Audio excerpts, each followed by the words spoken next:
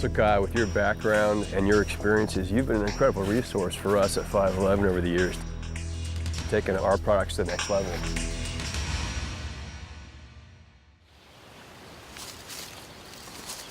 What's that design process been like for you, and what have you seen?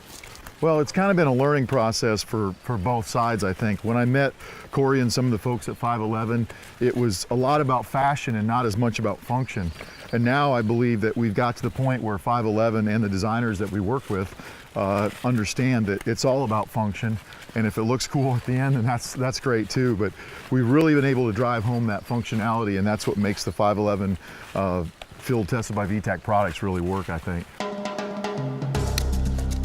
You know, we've had awesome success with the packs, especially the Rush series and the Rush 72.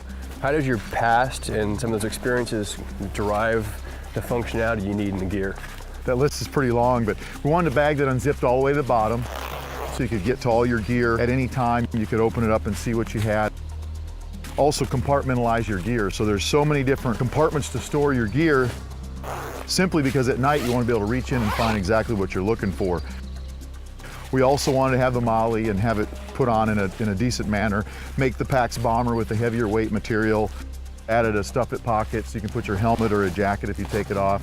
You got your clothes layered, you start to work up a sweat, you can peel off a layer and stuff it in that.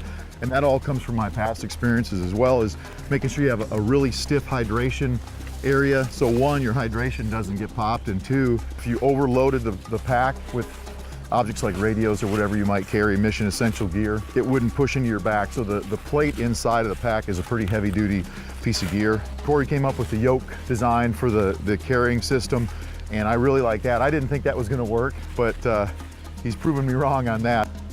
I mean, it's a super functional pack and works really well, and it's been a very popular product with 511. You know, one of the features I like is the little sunglass pocket at the top, so it doesn't get crushed down below. Yeah, it keeps you from crushing your expensive glasses once you put them in there, and you can always find them. And now with some of the newer packs, it's actually been made larger so you can put your goggles or whatever. You know, the Rush series has really turned into a pretty incredible collection for us. You know, we have the Rush 12, the 24, and the 72. When you're looking at those packs, how do you figure out what designs are, to take off, or what features to take off, and how to make them the right size? How do you direct that? Well, the Rush 72, we had to make sure that the kitchen sink fit in that bag. We looked at the market, we talked to the customers, what size bag do you want? The Rush 72 is a large bag. The Rush 24, we took it down a little ways, so that's more of an everyday slick-sided pack. It also doesn't have the big shove-it pocket. So that's a daily use pack. The 72 is if you're gonna go out in the woods for 2 or 3 days, thus the name Rush 72. Well, I like the waist strap on it as well. It gives you the option to get that load off your hips or on your hips, and you can take a break if you need to, or throw it back around, tuck it away.